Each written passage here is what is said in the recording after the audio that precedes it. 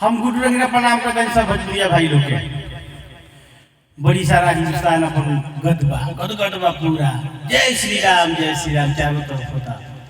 जिगरा जो शक्ति बा अपना अनुसार से भगवान के भजन कीर्तन गाता।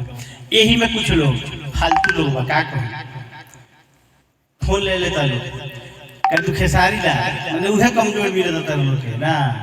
खेसारी लाल अपना हिसाब से गाना गईले बड़े भक्ति गईले बड़े डांस भी गईले बड़े बढ़िया लगता देखे में। तो ये गाना का कहता देख ली राम के नाम लोग ले बेची राम के नाम बेच के पैसा लगाए लोग ले कमाए दिमाग कहाँ भूसा में रख ले बड़ा की खोपी में। अरे भाई जेकरा जितना शक्ति बा राम के भक्ति करता भजन गावता खेसारी के इतना अपन सोच बा समझ बा अपना हिसाब से बेचारा भक्ति करता हूँ। हमारे जितना सोच बा अपने हिसाब से भक्ति करता है तहारा सोचोगे तो तुम भक्ति करो तरह के लोग ले बा इमें बेड़ा कहे के लगता है बार बार कहीं बिना परेशान करते हैं। ये सब काम बढ़िया नहीं है। राम के नाम भजी चारों तरफ पूरा हिंदुस्तान में खाली रामे राम लोग होते बा। टीवी खोली तो राम उठी तो राम सुती तो राम जय श्री राम।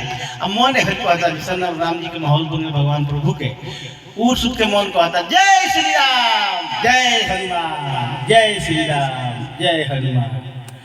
तो ये सब चीज बढ़िया नहीं अपने ऐसा लोगों भक्ति करी दूसरों को भक्ति करे दी कुछ डिस्टर्ब मत करी क्योंकि ये सब बढ़िया नहीं है।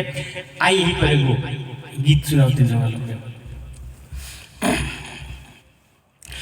तो राम के नाम ले बतिया को ही अरे कटले ना कटाई राम नाम के झंडा पूरा देश में लहराई। तो राम नाम ले बतिया को ही अरे कटले ना कटाई राम के झंडा पूरा अपना देश में लहराई। तो उहे करे ले छेहर भाई अरे उहे करे ले घाम। तो उहे करे ले छेहर भाई अरे उहे करे ले घाम। अरे तो जेकरा संगे ओकर 24 में बनी काम। अरे तो जेकरा संगे ओकर 24 में बनी काम पक्का जे राम के साथ 24 होगी। और कैसे चाहे होके सुबह अरे चाहे होके शाम हो उठी सुती बोला अरे जय श्री राम हो।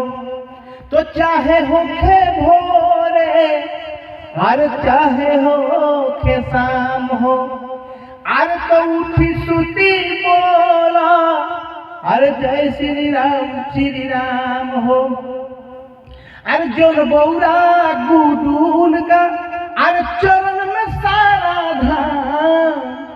अरे तो जोन बौरा गुडून का अरे तो चरण में सारा धाम। अरे तो जेकरा संगे राम ओकर 24 में बनी काम। अरे तो जेकरा संगे राम ओकर 24 में बनी काम। प्रणाम बधाई सब भोजपुरिया भाई लोग के अच्छा लगी लाइक शेयर कमेंट जरूर करें।